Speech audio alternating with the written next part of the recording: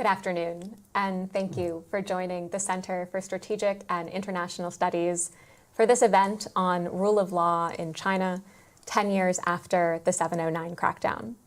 My name is Henrietta Levin. I'm a senior fellow with the CSIS Freeman Chair in China Studies, and I am honored to be moderating today's panel discussion. On July 9th, 2015, Chinese leader Xi Jinping was about halfway through his first term as General Secretary. While there were already strong indications that Xi intended to centralize and personalize political power, some observers still believed he would ultimately be a reformer. But that July, Chinese authorities detained hundreds of human rights lawyers and advocates in what became known in reference to the date it began as the 709 crackdown. This marked an important inflection point for the rule of law in China, as well as the country's evolving political system, its development path, and its civil society. I am thrilled to be joined today by four leading scholars and practitioners who will reflect on China's rights protection movement, the key trends shaping Chinese legal institutions, and what we can learn from 709 in understanding today's China. So let me briefly introduce our panelists. We have Dr. Nicolas Bequelin, the research scholar in law and senior fellow at the Paul Tsai China Center at Yale Law School. We have Don Clark, the David Weaver Research Professor Emeritus of Law at the George Washington University Law School and a globally recognized expert on Chinese law. We have Jonathan Zinn, the Michael H. Armitage Chair in Foreign Policy Studies and Fellow in the John L. Thornton China Center with the Brookings Institution and an expert on Chinese elite politics. And we have Yaqiu Wang up here on the screen, a Chinese human rights researcher and advocate, and as of a few days ago, a Chicago Forum Fellow at the University of Chicago. So thank you so much to our esteemed panel for making time for today's discussion. To our online audience, we welcome your questions for the panelists. You can submit a question by clicking the Submit a Question button on the CSIS event page.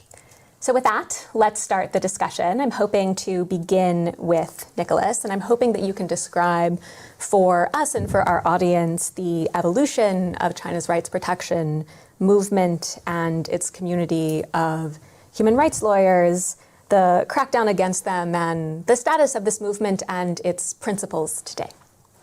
Right, thank you, Henrietta. Thank you, CSIS, for hosting this event on an important topic, which is law in China. I think that we tend to dismiss very often the role of law in China. We say it's a facade, it's just an instrument, and there is no real independence, and therefore it doesn't really matter what the law says. The government, the party can always step in or step aside. But if we consider that indeed the law is an instrument and instrumental to the party to govern a country of 1.4 billion people, which is the second world economy, second military, probably second scientific power, well, the nature of this instrument matters very much for the future of China, for China's approach to international law and rules, and for the future of the world order, frankly. So if we measure the rule of law in China by the standards that we in liberal democracies tend to have, which is the rule of law, an independent judiciary, a measure of constraint on state power, equality before the law, and a measure of protection for individual rights, then the debate is over. China has none of this. Statutorily, the judiciary is not independent. A national interest, party interest, or instrumentalized party interest will always trump individual rights and often collective rights. And there is no incremental progress towards the rule of law. This has been clearly stated by the party early enough. But as I said, the law still matters enormously in the way the country is being governed and in this interaction between state and society, what Chinese citizens want and how the party states identifies what are the demands and channel them, suppress them, institutionalize them, but in any case prevents what the party is most afraid of, which is color revolution or a collapse of the type of the USSR. And so for this reason, I think that the law is important, but it's also important in terms of human rights and whether China converges or diverges from international norms about what is the proper behavior of government towards individuals and citizens. And in this respect, the rights movement in China was really the spearhead, the pointing head of the human rights activities in the country. It covered all sorts of issues that plagued China and continue to plague China at the time, land expropriation, criminal process that were unfair, torture, discrimination, repression of particular religious sects, and so on. And any human rights issue that you look at in China, you will find the law and lawyers taking a central role. If we look back, if we zoom out on the legal profession, on the lawyer's profession, because when we talk about the Weiquan, the law protection, the rights protection movement in China, we're really talking about a handful of people. We're talking about maybe 20, 30 high-profile activists, and then a few hundreds lawyers who are sort of ready to take politically sensitive cases, but you know, their bread and butter is sort of regular cases. And that's not surprising given the hurdles that lawyers have to hop over to perform their work. There's a famous joke in China, which is that if you want to do law, don't be a lawyer. If you want to be a lawyer, don't be a criminal lawyer. If you want to be a criminal lawyer, don't gather evidence. And if you gather evidence, don't bring testimonies, because otherwise you're going to end up being the case yourself. And that's pretty much, you know, what happened. But I want to take us back a little bit to, you know, the 90s, this period between 1992, Deng's Southern Tour, and I would say up to 2006, when China gets serious about the preparation for the Olympic Games, which will result in a massive empowerment of the state security apparatus, which have repercussions up to today. That is really the golden period for, not for human rights or the rule of law, but for the legal complex, for this sort of interface between social media. We have the big V's, we have blogs, we have internet blowing up, liberal leaning investigative media, Southern Weekend, Nanfeng Zhoumo, and so on, Caixin. The legal profession, which is going towards an enormous professionalization and boom that accompany the economic growth of China, and also significant moves from the government itself in terms of lip service or oral commitment to the rule of law, which are ambiguous enough to create this margin in which more active lawyers can apply their trade. So just a few dates. 1996, the law on lawyers, that really sort of strengthened the legal profession as something that is not, they're not workers of the state. They're not directly under, even they remain under the control of the Ministry of Justice. 1997, China accedes the International Covenant on Economic, Social, and Cultural Rights, major human rights, a covenant. 97, the criminal procedure law reform with the crime of counter-revolution being taken away, replaced by state security crime. 98, China signs the International Covenants on the civic and political rights, which remains to be ratified, but it's there.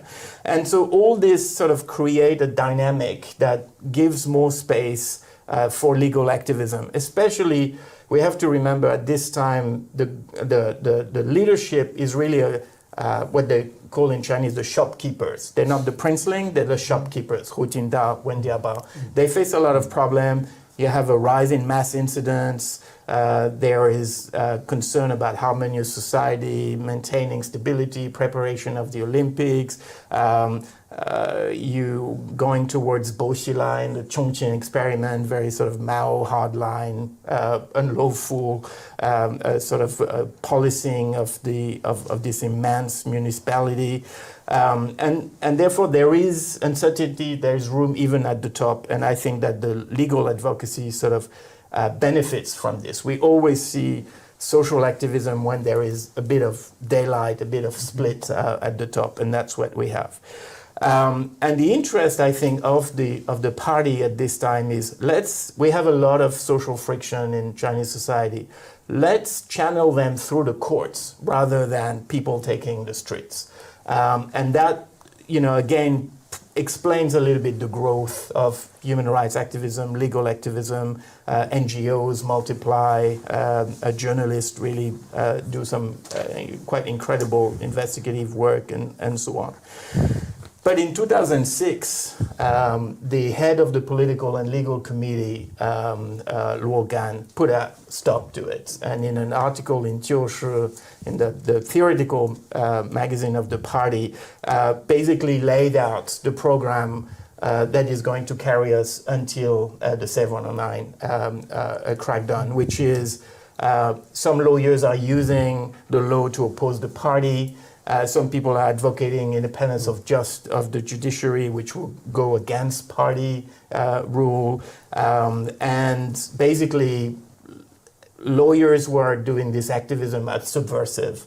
And if they qualify as subversive, that means that they are a national security problem and not just a sort of a disciplinary problem within the legal profession. And then very quickly, in 2008, I remember I wrote this report for Human Rights Watch called Walking on Thin Ice, which was based on a lot of interviews with all these rights lawyers at the time, and we sort of lay out all the traps and perils and persecution, harassment that lawyers went. And basically that's the template that was rolled out from 2006 to 709. 2008, we have Charter 08, which really startles the party. It's a direct challenge to one-party rule, at least in theory. You have the Olympics. You have the arrest of Liu Xiaobo, resulting in a Nobel Peace Prize, who then dies subsequently and deprived of freedom.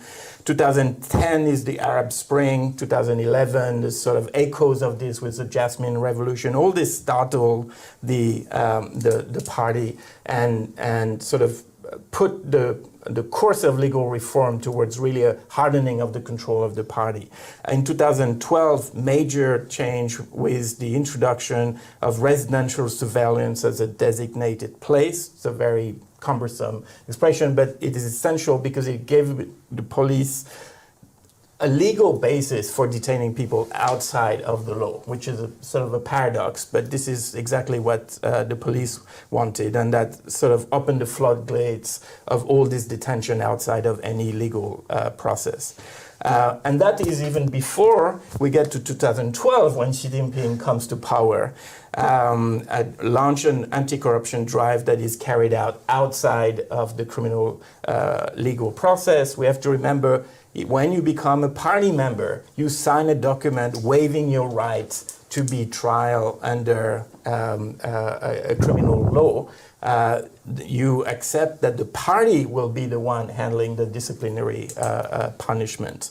And 2013, I think everything is put on the map with document number 9, which is a sort of a program to oppose anything that promotes democracy, independence of the judiciary, media freedom, anything that would challenge the party rule and could lead to a sort of a regime change.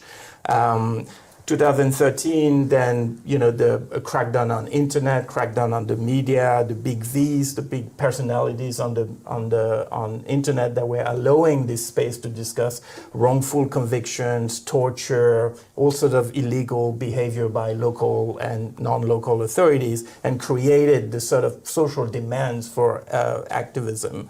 And then in 2015, I believe in January, you have a new state security law. And I think it's promulgated on February 1st. On February 2nd, at the time I work, I think for Human Rights Watch still, I go on CNN, I write a piece for CNN on the fact that the new security law is bad news for China. It's sort of a catch-all that is going to empower the party and the state security apparatus to grab anyone who the state sees as a dissenter or a critic. And then there is a slew of state security-related legislation under Xi. So the state security law that I mentioned, counter-espionage, counter-separatism, state secret law protection. So you have an enormous expansion of something that you would think the Chinese state didn't need, which is more tools to suppress any threat to the party or the state, but it's there. And then in July 2015, over a case, probably triggered by a case that attracted an enormous attention, the case of Tang Hui. She was a woman who killed her abuser and was sent to labor camp. And there's a coalition of lawyers who sort of battled the authorities, tried to get a fair trial and so on. That attracts enormous attention. And on July 9, there is a massive roundup coordinated across the entire country, where over 300 lawyers, legal assistants, and people linked to this sort of legal nexus get arrested, detained. A lot of them are disappeared. Their relatives don't know where they are. Some are tortured. Many will be sentenced to administrative or criminal detention. And tellingly, in 2016, a year after, a number of them appear on TV confessing to having engaged in all sorts of allegedly illegal behavior and so on, which is statements that are clearly obtained under duress. So I will stop there for now. Sorry for the long course, but I think it's important to see that the movement was important for Chinese society. It achieved significant progress. It notched up the expectation that the citizenry had in terms of behavior of state agents. And it also led to the sort of takeover, unfortunately, by the state security people of large swath of the bureaucracy. Great. Thank you so much for the incisive opening comments. I'd love to turn to John next to help us understand more of the politics around some of these really critical party decisions and trends in Chinese society that Nicholas has highlighted for us. Yeah, thanks very much for that. And I think what I'll do is just embellish some of the story points that Nicholas had in his excellent overview of this. And I think in my mind, I think it's right to go back to the late Hu Jintao, because I think for Hu Jintao, and for Wen Jiabao, the shopkeepers, as you called them, there was an openness to this kind of experimentation with the legal system, right? They saw it as a useful way to co-opt and channel some of the dissatisfaction and disgruntlement in society. But I think you're right. By the end of the Hu Jintao, we started to see that recede. And some of that was event-driven, as you indicated, right, by 2008 and the Olympics and a variety of other contingencies. But I also think, too, it was more a symptom of Hu Jintao's weakness than of his strength. right? I do think at the end of the Hu era, we saw increasing centrifugal forces throughout the political system. And I think a lot of what was going on in the space was actually driven not necessarily by Hu Jintao per se, but by the security czar at the time, Zhou Yangkang, right? And that there was more of a deliberate focus on cracking down. I think part of what happened when Xi Jinping came into power is that, like so many areas in the Chinese system and in Chinese policymaking, what had been kind of occurring via drift in the system now was happening in a much more accelerated way and much more intentionally and deliberately under Xi Jinping. Right? And so when I think about 2015 and what transpired in that moment, I went back to the same origin point, right? What was the antecedent from this? What was the first indication that we had that Xi Jinping was going to take a different kind of approach to these issues? And I do think document 9 was really the key document, right? And I think there are a couple of things that were embedded in that document that were really crucial. Right? I think number one, we always have this conversation among China watchers in Washington about whether or not we're in some kind of Cold War with China. But I think you see reflected in that document a very kind of old school Cold War mentality towards the West. Right? And it starts by talking about the ideological front and how important this is and what Western governments are trying to do to subvert and undermine the Chinese political system, including advancing ideas like rule of law. And that is kind of front and center in that document. I think in my mind, I try to think about what was the antecedent for Xi Jinping personally? How did he get on this trajectory? And this has been really at the forefront of my mind right now after reading Joseph Torigian's excellent biography of Xi's father, who had a very different perspective on these issues and was on the National People's Congress in the 1980s, and in some instances was very forthright and forward-leaning about advocating for greater restraints on the party's power, right? And like for many top officials, was kind of episodic depending on the context, but he did have that underlying impulse. And there seems to be a real disconnect with the son. And I'm still mulling over why that is the case, but I think that is very much the case. And I think you're right to point to some of those key moments when Xi Jinping was heir apparent. Right? And I think the Arab Spring was really a crucial one. I think for Xi Jinping to be heir apparent in that moment and not just see how social media and incipient openings in the Middle East allowed this kind of flourishing of civil society that was threatening to the regimes, but also on the flip side, the ways in which these security services that had been built up over decades just melted away in the face of that public opposition. I mean, if you're Xi Jinping, I think nothing could be more disconcerting for you, right, to see something like that happening in that moment. So I do think that is a really important antecedent for what we saw once Xi Jinping came into power, right, and try to develop and advance this more consistent, coherent, and cogent effort to crack down across the board. Turning to John, perhaps you can help us understand more deeply how the rule of law and Chinese legal institutions were evolving in this period of time in the lead up to 709 and then from 2015 to where we are now. Great. So before I have a few notes here to make sure I don't talk on too long, but I wanted to, Nicholas made an interesting point about disciplining of the legal profession, and I wanted to bring a little bit of interesting data here on that question, which is that if you were to ask what do lawyers in Washington, D.C. or New York State or something, what do they get disciplined for? And I asked my colleagues in the law school about this, and it's almost 100% offenses against clients. Embezzlement, incompetent representation, stuff like that. Now, you can get the data on what lawyers are disciplined for in China, and it's basically none. I looked this up. None of it is for offenses against clients, like embezzlement. It's all for offenses against the state. So there's a very interesting, contrast about what do lawyers get in trouble for. Okay, so a sort of a big picture view, from the beginning of, the post-Mao era, right, in 1979, let's say, and for a long time, I think we had a kind of consensus in the Chinese legal community, whether it's lawyers, scholars, officials, whatever, that a certain direction was desirable, more professionalization was better than less, more lawyers was better than less, fewer. And more independent, more autonomy. I won't say independence. That's the I word in Chinese political discourse about law. But more autonomy for courts was better than less. And Nicholas also mentioned this idea of more dispute resolution within courts was better than having it out on the street. And then at some point this consensus really no longer held. It was there for a long time. At some point it stopped holding. Influential actors began to question this. And it was long before 2015 that this happened. In fact, it was even before Xi Jinping took power that we started, getting kind of the breakdown of this consensus. Carl Minzner at Fordham Law School has a very well-known article, at least among Chinese law scholars, called China's Turn Against Law. Now, not everybody in the community agrees with that. I think there's a lot for it, but in that he details how, a number of overall trends in Chinese legal institutions were stopped or even reversed, starting in the mid-2000s.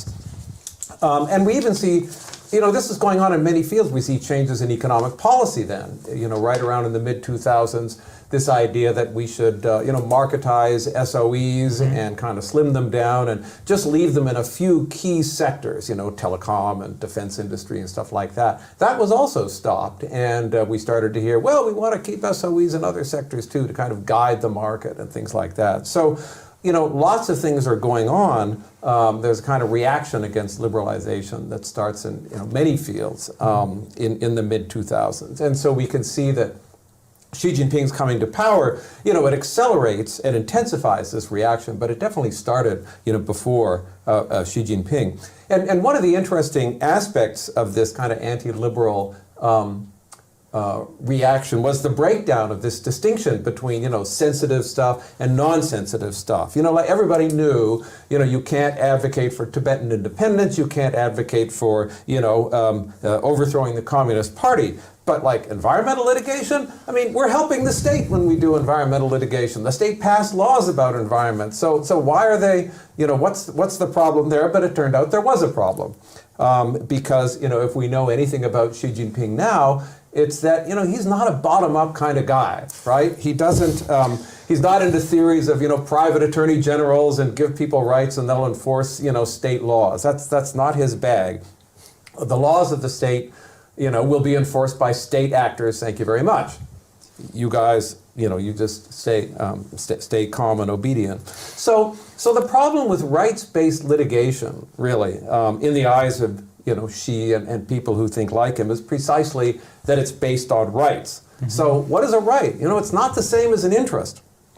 If your claim is only that your interests should be protected, well then you've got to show that why are your interests more important than other people's interests. In other words, it's totally appropriate, to balance interests against each other, against other interests. But that's what you're not supposed to do with rights, right? In other words, if the state, president signs an order, taking all my money and distributing it to a bunch of poor people, probably the total welfare of society is increased. Their interests, outweigh mine, but that's not what we do. If your right is violated, then you have this kind of automatic claim to relief regardless of the interests of others. So that's why, legislators need to be careful about legislating rights and why people often try to frame their interests, as rights. So if you're the Chinese state, this is nuts. It's absurd that anyone should be able to claim, a remedy for their complaint regardless of the interests of other people, particularly the interests of the state.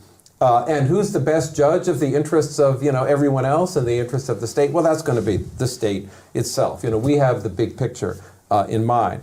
So when you look at it this way, you can see why rights-based litigation, these lawyers who are bringing, Weiquan, these rights supporting litigation, why it's viewed with such horror, by the state. It's not a completely one-sided picture. If you look at, sort of public interest litigation, Chinese rules about standing, that is, who has a right to bring public interest litigation, for example, environmental damage, things like that, they're actually more liberal than U.S. rules, where typically, you have to have some kind of personal injury. In China, NGOs can bring it, but having empowered NGOs to do that, the system then, disempowers them in substance. So first of all, of course, truly independent NGOs aren't allowed to exist. Possibly homeowners associations would be an exception, but by and large, we have Xi Jinping and the party charter saying very clearly that the party leads everything, north, south, east, west, and center, the five, directions. And second, interestingly enough, the plaintiff in public interest litigation is really not these NGOs or gongos, the government-organized NGOs anymore, but it's rather the procuratorate, which is the state body in charge of prosecutions. They're allowed to bring these public interest suits. So again, it's the state deciding what's in the public interest. So even when the state appears to encourage public interest litigation, it turns out to be public interest litigation with Chinese characteristics. So I'll stop there, and we can Thank you. take up more. I can say more later about other things, but I'm sure my time is up. And just before we go out to Yacho, I just want to ask if you could summarize, at a high level, how do you see now the relationship between the party and the law?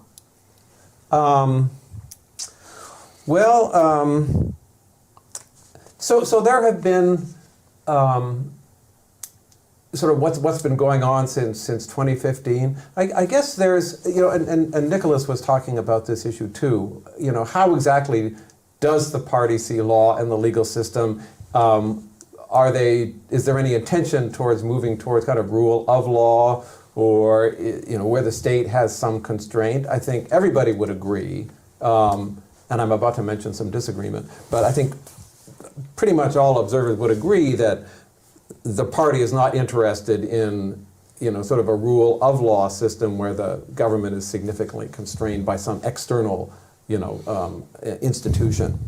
Where there's debate is the degree to which the party wants a really kind of what we call a really robust rule bylaw. And, for example, Zhang Tai-su at Yale Law School has advocated this position of that the party wants legality, which is a very strong, maybe you can call it a strong version of rule by law, where really the party does not, except maybe in very, very, very exceptional circumstances, violate its own law. And because there's a lot of cost saving and administrative efficiencies you can get by having things done by a system of rules. So there's I guess we could say there's disagreement on the extent to which the party can really do that, can really confine its sort of interference with the normal functioning of the legal system to truly exceptional cases, or whether it's kind of in its nature, as the joke about the scorpion and the frog goes, to interfere when it seems really, really necessary to do that. So, so on the one hand, we have sort of the increased professionalization of judges, increased professionalization of courts, certainly lots of stuff out there, lots of legal stuff, enhanced review of legislation that might conflict with other legislation. So there's a lot of these kind of, we could say, technical improvements and changes in the legal system. But I think some other aspects remain kind of as they were and are not changing. And one would be, I think there's still considerable local control over courts, despite some attempts to centralize control of finances and personnel up to the provincial level. People have different estimates on how successful that's been. One recent article in the China Quarterly in 2023 called it a failure. I don't know, I didn't research it personally, but there's certainly disagreement about how far that has reached. And then the other would be, we see, I think, instead of the separation of party and state, we see an increasing merger, of party and state, of which, the National Supervision Commission and its local commissions are, a good example. And that operates really completely outside, I think, the legal system. There's a statute that says, you can basically do what you want, which is, I guess, better than, double designation, the Shuangwei, which didn't have a statute saying you can do what you want, but they did it anyways. So I think it's, sorry, long answer to what I'm sure you intended to be a short question. But I think although we see a lot of technical improvements, I think the legal system still remains very much, sort of a creature of the political system. That's a great point. Going out to Yacho, I'm hoping that you can speak in more depth about what 709 meant for human rights and civil society in China. And we've also received a question from Nyla Bennett-Chambers with Johns Hopkins SAIS, asking what signs, if any, would suggest that space is opening up or further closing for legal advocacy and reform, and what that looks like within China today. So perhaps you can take that question as well. And thanks for joining us from Portugal. First, let me say that thank you so much for CSIS to host the event. As the U.S. government retreating from human rights diplomacy, I'm so grateful that the American civil society is stepping up. This event is an example of how American civil society can step in to play a role the U.S. government used to play. And as the human rights community, which I am a member of, we're just so grateful because everybody is wondering, who is going to care about us? So many governments around the world are scared of China. The U.S. government used to play that role to talk about human rights in China. So just to say that I'm grateful. In terms of the effect of the 709 crackdown, I was preparing for this panel talk, and I started to have flashbacks of the 10 years ago when the 709 crackdown was happening, what I was doing. I remember that I was just holding my phone and people were asking each other on WeChat, where is Zhang Xuezhong? Where's Wang Quanzhang? People just can't find each other. And the wives and the daughters and the husbands were just looking for people. It was even a traumatic experience to me. Like I was in the United States, I was monitoring the situation, and 10 years later, I still remember the 10 years ago what was happening during that time. You can imagine the trauma that was, people had to endure who were in China, who were suffering from this event, and their families, their friends.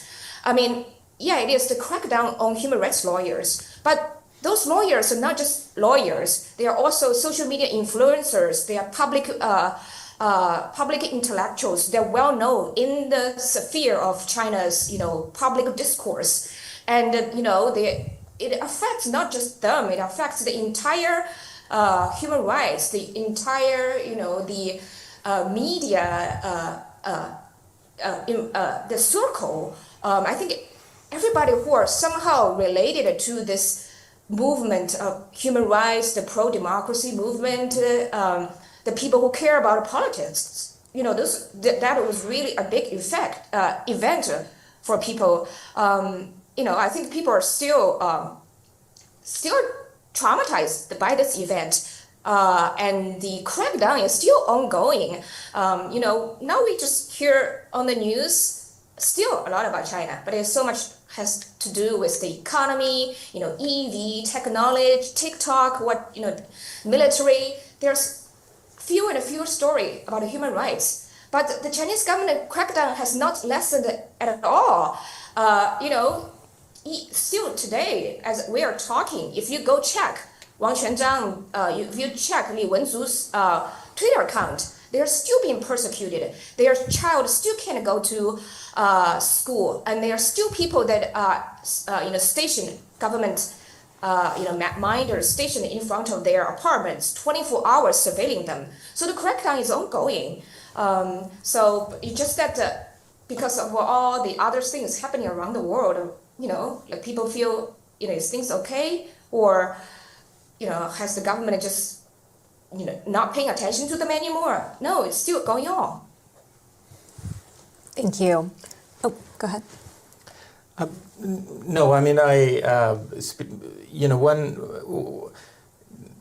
going down the memory lane, like Yacho, when I think I joined Human Rights Watch in the early 2000s. They fly me from Hong Kong to New York. I get to the office. This is my first day. I'm scouring the news, and I see some dissident, I don't remember exactly whom, got arrested.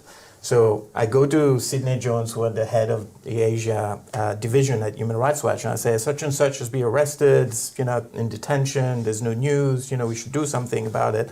And she says, do we know who the lawyer is? I say, yeah, it's a Mo Xiaoping firm, And she said, well, then call him and get the details. And so I go back to my little cubicle, and I had mostly worked on Xinjiang. Until then, I had written a big report for Human Rights Watch on this. This was very clandestine work by definition. And I had done my PhD on Xinjiang before, which was also very hush-hush, and me being based in the region. And then suddenly I have to call Mo Xiaoping. I didn't have his phone number. I didn't have his cell phone number, even less. And if you remember at the time, making an international call required dialing all sorts of numbers, and I didn't have. So anyway, so I'm here. This is my first day. I'm trying to call someone at the office, and I get Mo Xiaoping's cell phone number, which I succeed, and then I call him. He's in a banquet, because Mo Xiaoping is always in a banquet or in a restaurant, drinking and talking politics. I call him in the middle. He said, call me back later. And I'm all this time I'm thinking, this is it. I'm losing my job. They're going to figure out that I can't actually do my job. And I had to identify myself, and I didn't want to say this is Human Rights Watch, because that would be sensitive, and I'm sure the line is tapped. But I couldn't say I was a journalist or a researcher, so I say, I'm calling from New York. And somehow this did the trick. And over the years working, as I said, our initial approach was not to work on lawyers, because we didn't trust the legal system to give enough room. But we worked on a range of issues on human rights, from Tibet, Xinjiang, gender equality, criminal process, and so on. And lawyers were really active in all of this. So over the years, you had to work with them. Putra Tiang, and there's so many. And at the time, Skype, another this technology that has this one, and we were all communicating through Skype. And it was discontinued recently, but until recently, I had all these people, all these Weiquan lawyers, their little icon went, sort of dark progressively, and you have all this list of people. And I want to say, for people who haven't had the chance to meet them or met them in sort of formal meetings and so on, that a lot of the people who got this attention, and they gained prominent attention because of the connection that Don was talking about. The Lawyers Association in the US and elsewhere were interested and were trying to foster and strengthen them,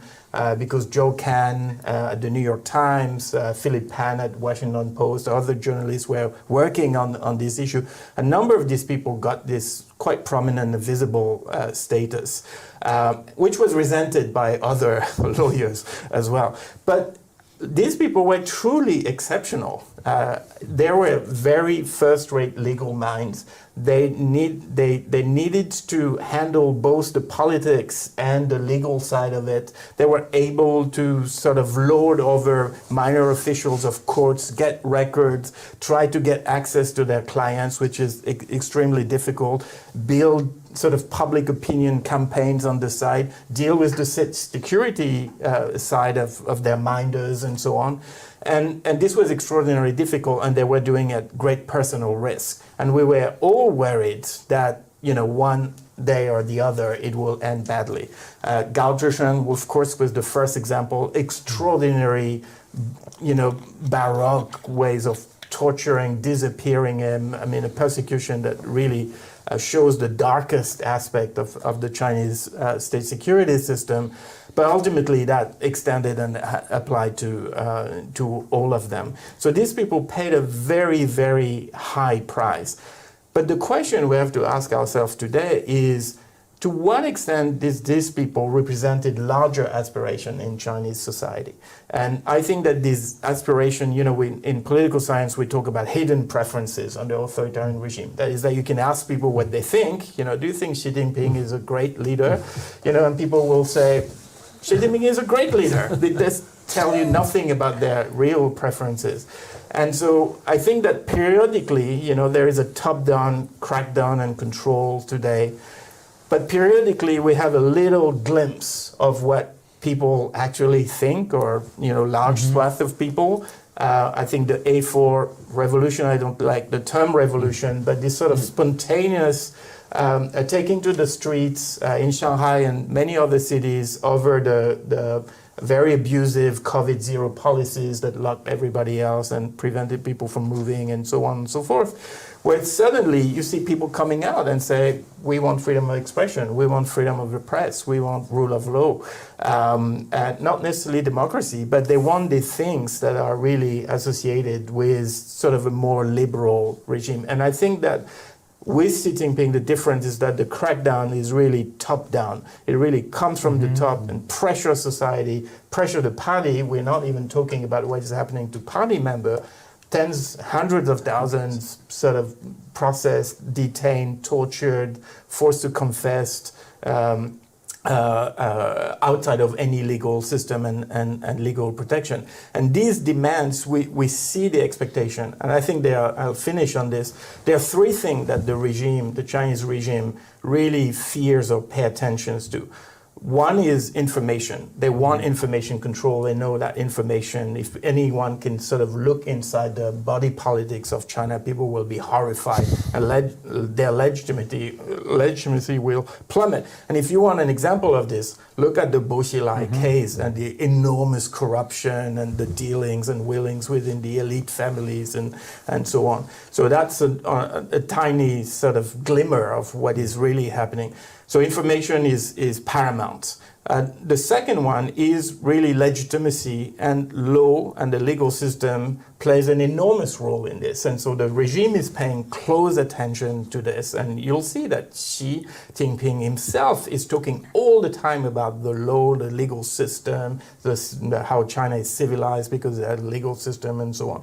And then the third element is the international environment, to the extent that it influences both information and sort of expectation of behavior by the state, how the state treats its citizens. So I think these things are, they're latent, they're there, the pressure is building, and it's a kind of a house of cards. I don't want to say that the Chinese regime is going to collapse. The regime is extremely solid, it is ruthless, and is ready to kill thousands, if not tens of thousands or hundreds of thousands to stay in power. But it is also a house of cards in terms of legitimacy and the kind of life that people want to live. And we would be very, I think, surprised if it sort of if there was a window for this to be expressed.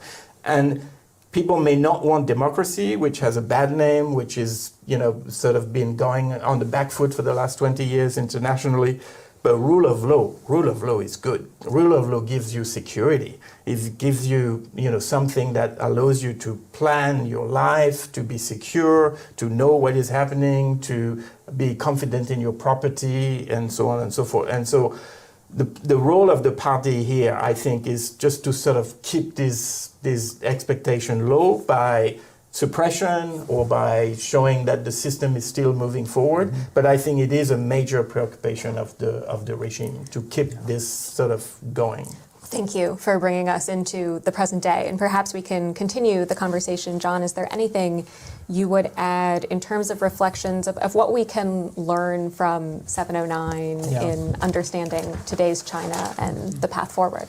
Yeah, I appreciated your point about this kind of bubbling up of energy below the surface, right? Because I think for Xi Jinping, I think he's mindful of that and the challenges that might pose for the regime. So I think part of what's happened, I think part of what's been his deliberate project for Chinese politics during his tenure was that, for a long time among China watchers, there was the tendency to think of Chinese politics as oscillating during the reform and opening up period between Fang and Zhou, right? That you'd have these moments of opening, things would get too out of control from the leadership's perspective, and then they would crack down, right? And we saw, if you think of it as a sine curve, certainly in the post-Tiananmen era under Jiang Zemin, you saw the amplitude come down, right? And there was less space for that, but there was still space for that. I think a big part of Xi Jinping's project is to flatten that curve as much as possible, right? And I think we've seen that in the years since 709. Right, that he doesn't want there to be space. He doesn't want there to be swings back and forth in the Chinese polity. And I think there really hasn't been much evidence of that throughout his tenure. He's been very effective and promulgating that throughout the system. In one way that I think about it, and I appreciate you raising the name of Carl Minzer earlier, right? He had an article back in October saying that what Xi is pushing through the system is kind of, it's counter-reform, right? The age of reform is really over. And I think that's actually a useful prism for thinking about Xi Jinping, and especially his approach to this bucket of issues, right? That this is something of a counter-reformation that we've been seeing underway for the last 10 years. And I think especially when it comes to human rights and these kind of issues. I think from his perspective, there is very much this old school Leninist mentality that these kind of institutions and this notion of having an independent civil society that can constrain the government, this is anathema to him, right? John, anything to add? Yeah, you see me furiously taking notes. So I feel like you have something to add. So yeah, sure. I had a few things to add about the role of rights and the conception of rights generally, and because people could fairly say, well, but what's going on now? You were talking about 2015, and you were talking about even before then, so two things.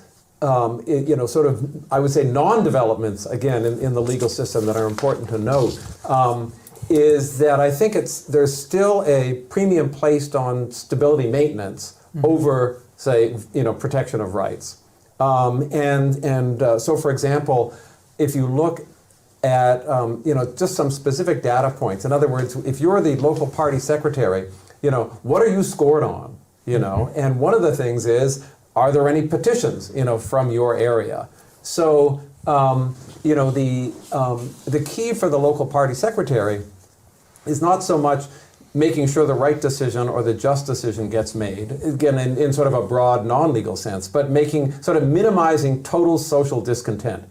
And that is the same for judges. So just in January of this year, a new incentive system, sort of scoring system for judges was unveiled. And one of the criteria is how often was your judgment appealed?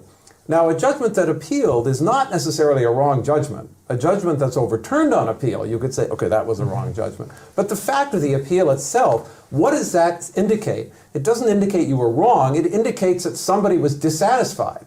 So what that criterion tells judges is, we don't want people dissatisfied, with the judgment. That's the most important thing. And so, judges are told that there are other things besides the law and the Constitution they should take into account. You have to think of social effects, 社会效果, political effects. And that particular, criterion is a very specific, concrete, in writing demonstration of that idea, that the priority for courts is kind of minimizing social discontent and not getting an angry phone call from your local party secretary because he's getting in trouble because people were protesting, about your decision. So I think it's important to understand that it's not merely some kind of vague impression people have. There's a specific data point, which is judges are downgraded, when they get their judgments appealed. That's a great point.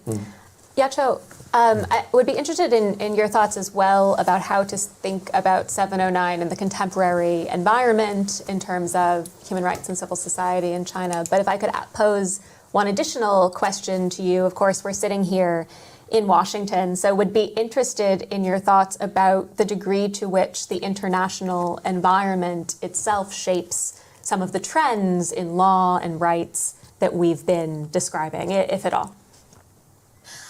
I wanted to leave a positive note.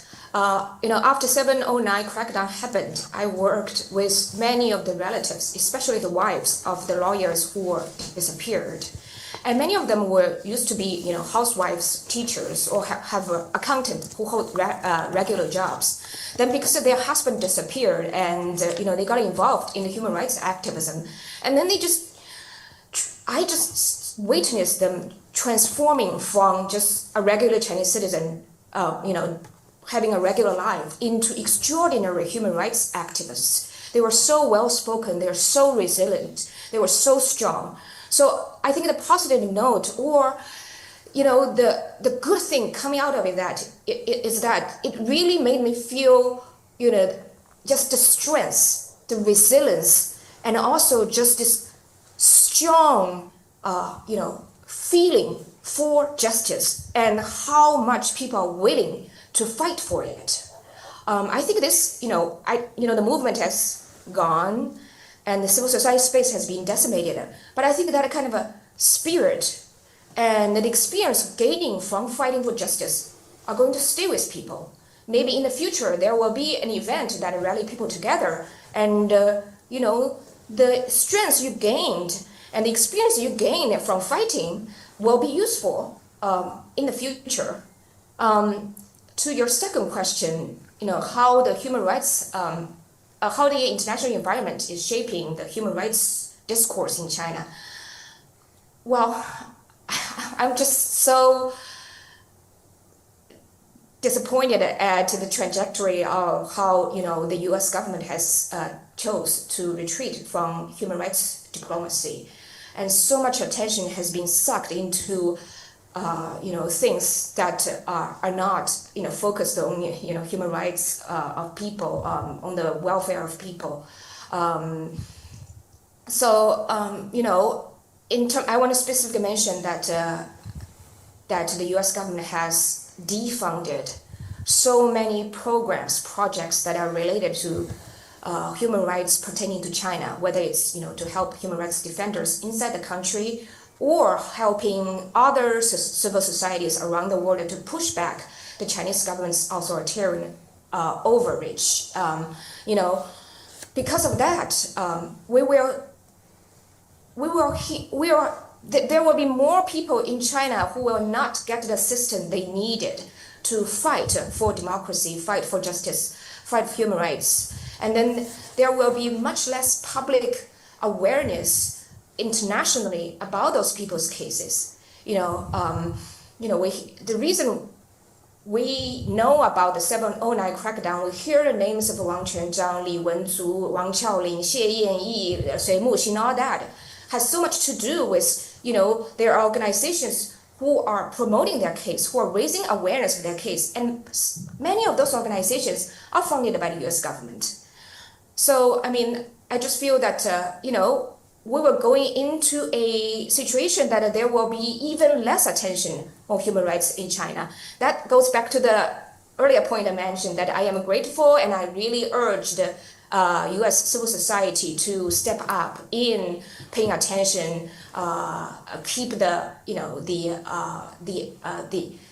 light on human rights issues in China. Last point I wanted to mention is that coming from China, and the U.S., its democracy, its respect of human rights, and the idea of freedom was often, played such inspiration roles for people in China. They look at the U.S., this is alternative vision of a great power. Given, what's going on with domestic politics, I feel a lot of people are telling me that, where is hope? Like, even the alternative is, it's like instead of China, instead of we try to contribute to make China more like the U.S. Now the U.S. is more increasingly like China. It's extremely dispiriting. America still have democracy, and I hope this will change.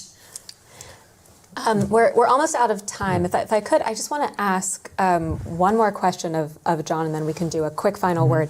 But would be interested also in your perspectives from the minds of Xi and his top lieutenants, how the international environment, priorities in Washington affect their views of law, of rights, if at all.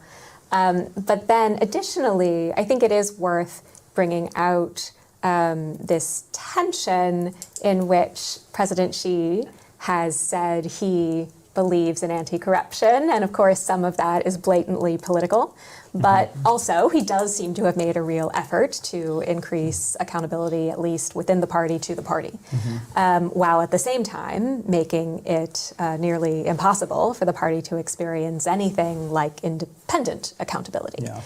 And would be interested in your thoughts about how that tension in Xi's priorities will play out in the coming years. Yeah, I think the baseline, I'll take the second question first, is really that for Xi Jinping, I don't think he sees those things as being in tension at all, right? And I'm struck listening to this conversation. One would think in an authoritarian regime, there might be greater flexibility with rule of law in terms of party-state relations. But I think actually where there's less appetite for it under Xi Jinping is when it comes to governing the party. The idea that any institution outside of the party could hold anybody inside the party accountable, again, I think this is anathema to him. Right? This really goes back to his core Leninist ideals, right, about how the party should operate. The party needs to govern itself, right? So to have any kind of outsider intervention is just unacceptable, I think, from Xi Jinping's perspective, right? And I think, moreover, you layer on top of that, I think he understands that, and I think he understands that in order to effectuate that anti-corruption campaign, right, in order to scour the party as rigorously as he has, that means he needs to have control over the key levers inside the party. And I think that's why you see so much emphasis from him, unlike his predecessor Hu Jintao, for instance, to make sure that he has control over those key levers of power. Things that in their polity that we don't even have analogs to in the U.S. system or in the Western system. The Central Discipline Inspection Commission, the Organization Department, basically the kind of people in the system who have everybody's permanent record, right, and can enforce that discipline on the party. This is kind of a centerpiece, and we've seen this from kind of day one, that getting control and getting his allies and his people there has been central to his project from the very beginning, right? And I think what that means then for how the international system affects it, I think, I don't want to be flip about it, but I think it's pretty impervious to those international pressures. And to the extent that there is international pressure on these issues, I think it only inflames Xi's antibodies, right, and his predilection anyway to see this as some kind of hostility towards the Chinese Communist Party, right, as some way to have a soft revolution or instantiate some kind of revolution inside China, right? So it makes it a very difficult, challenging issue then in the international space, right, because to the extent that either these issues get ignored, as Yatio was talking about, or to the extent that which they are raised in an official capacity, what you're really doing is scratching a raw nerve for Xi Jinping and I think for his top lieutenants. And it's probably worth thinking about the distinction between Western advocacy and Western programming to support kind of human rights defenders themselves. Anyway, we are at time, but I do want to give everyone an opportunity to offer a closing comment. This has been such a stimulating conversation, and I'm sure additional thoughts have surfaced over the course of it. So perhaps we could start with Nicholas and go around the horn. Well, I think Yatio asked the question, which is, who's going to keep the lights on for human rights, international human rights, and does that matter? I think it matters, but I would say, if the dominant view is that there is a very strong competition over the world order between China and the U.S., between authoritarian regime and democratic regimes, I think that human rights is an absolute asset, and that it is really perplexing that the US would forfeit such a powerful tool. When you think of China, this is a powerful state. This is a disciplined state. This is a strong economy. This is 100 million people in the party executing order like a single man. No, I'm exaggerating. But this is a very strong... Their innovation, their technology, they put things on the moon. But where are they weak?